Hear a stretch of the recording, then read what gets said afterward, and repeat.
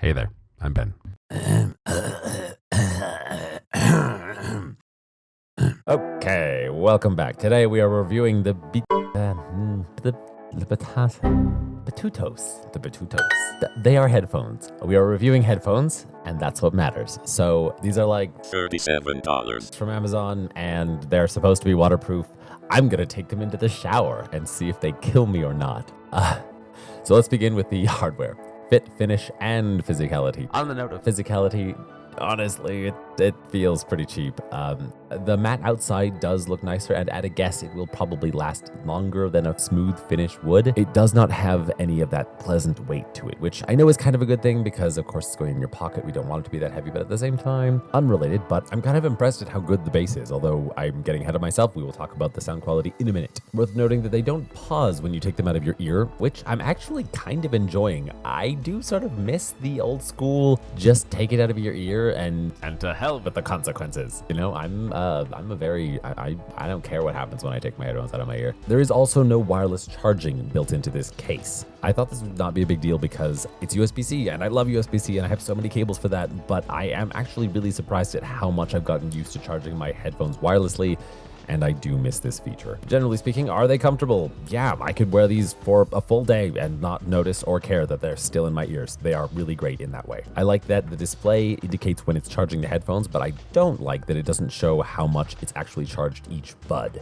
It's weird to me that they'd be like, yep, they're definitely charging, but then not tell me how much charge is in each earbud. Another funny little quirk, you can power these down individually. They're like their own little Bluetooth headsets on their own. It's actually, again, kind of nice if you wanted to just store them in your ears, which I have wanted to do in the past, and you don't drain any battery, which is great. Again, it's funny the kind of nice features that come out of something being insanely cheap. But okay, so let's talk about the waterproofing. Am I dead? No, we will get into that. Honestly, thus far, I'm impressed by this. I took them into the shower, I made sure they got some direct spray, and they performed really well. Also important to note, these use a capacitive touch sensor, which basically means that those sensors respond to moisture. The play pause button did not act up under that spray, which is really good. And I was kind of shocked at how well they stayed in my ears, even when everything was all wet and slippery. These would stay in your ears while you're swimming. However, it doesn't matter because on further testing, there's no way you could ever take these swimming. It's true that they are waterproof and they won't fall out of your ears, or they're less likely to, but that doesn't really matter because the water will play havoc with the touch sensors. Weirdly, when you're showering, it's fine. I've used them many times in the showers, but upon immersion in water, they completely power down, like immediately. Or to be more accurate, they'll do whatever the opposite of what their current state is. So if they were off, they'll turn on. If they're on, they'll turn off when they're dunked in water.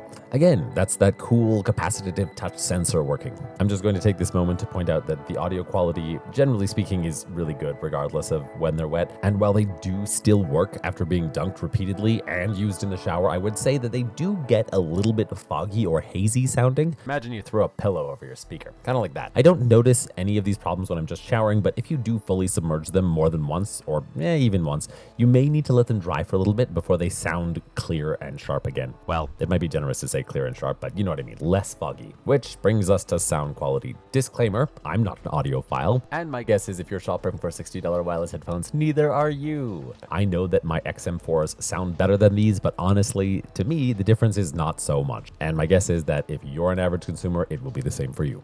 It's kind of hard to put into words, but I would say that the A90 Pros sound a little softer and more pillowy, whereas the more expensive headphones sound really sharp and clear. That said, the sound in the high and low ranges, to my untrained ears, sound pretty similar, or close enough. Obviously, they don't get as loud. I'm noticing that it's best to have volume at about 3/4 when I'm in a transit scenario or surrounded by people in cars. Last but not least, they don't have active noise canceling. And actually, that's kind of a pet peeve of mine. So let's talk about active noise canceling. In the Amazon listing ad, these claim to have ANC. Wait, what's this? Oh, they have ENC. My bad. So this device is selling its ENC, which is basically just voice isolation during a call, which my iPhone does anyway. I'm going to dock some points for malicious advertising here. The wording of the ad seems intended to mislead. Also, given the number of typos in these Amazon things, this could have easily been assumed to be a typo, or a branding difference. Further, I've seen suggestively misleading wording on other Amazon listings, so beware. Anyway, I would just say that the silicone tips in these headphones do provide a decent amount of sound blockage on their own, while also allowing you to hear what your friends are saying, which is nice. They've struck a good balance here. That said, I really do miss active noise canceling. I find myself reflexively reaching up to turn it on even though it's not there. I didn't realize how much I value my headphones for use as earplugs, but silence on demand is a luxury and I really miss it. I'd also like to say that ANC means lower volume overall, which is better for my little ears. Call quality. Okay, while it's not really much better than other headphones at this price point, I'd say that the quote-unquote ENC is fine. I did a phone call while walking to the train, talking to a friend during rush hour, and apparently the call quality was really solid. I also did some audio recordings, which you can listen to now. This is a test with me sitting down. I'm about, again, I think about 1.5 feet away. Let's see here. Let's see how it goes. Mic check, check.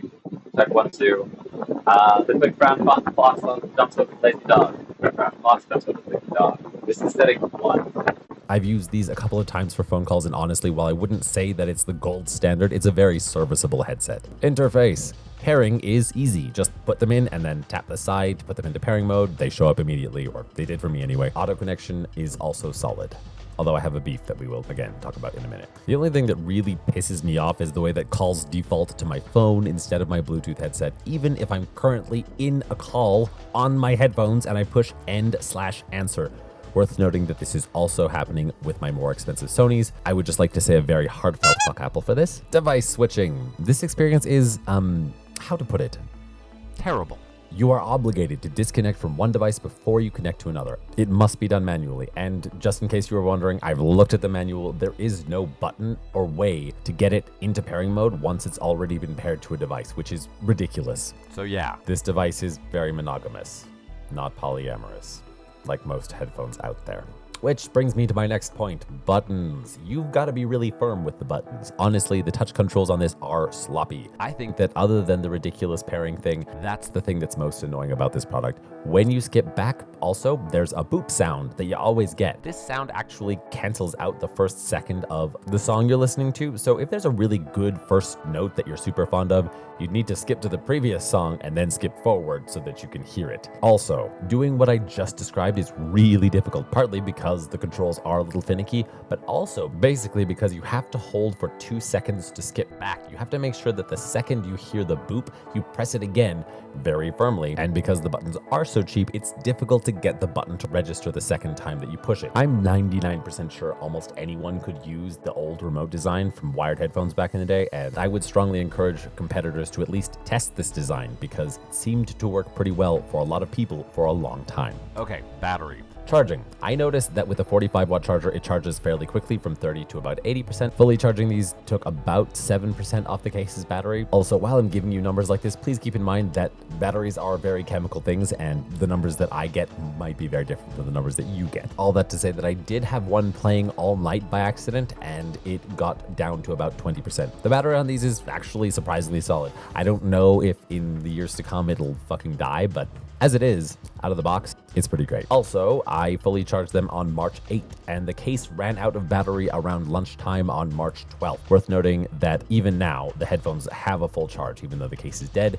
I would also point out that this is with fairly casual use. Honestly, I would say that these batteries at their current state are about as good as my AirPods Pro. I can forget that I'm wearing them. I think it's partly that they don't have active noise canceling, so there's not that constant drain on the battery. I pretty much never have to worry about them dying on me as a result. Bug report. Here I tell you about the times my headphones fucked up in some way that I can't explain. It may be that I can't intentionally replicate this error, but keeping an error log, in my opinion, is a good indicator of performance. However, it's really boring, so I'm just gonna put it on screen. Pause to read. Lastly, my favorite part, ethics and environment. Just kidding, it's kind of a boring part, but it's really important, so yay. Honestly, Amazon really does seem to favor devices like this. The brands that make them are essentially anonymous. I did a search, but I was unable to find any kind of social media presence or website for Btootos. It's a similar situation with the Samsung Freestyle knockoff that I reviewed. This trend in cheap anonymous tech is actually really concerning because it essentially allows people who want to make tech to do so with zero accountability. Did your last headphones explode in someone's ears? No problem. We'll just shift to being another anonymous brand and move on. All that to say that if there's a really good reason not to buy these, it's that the company that makes these has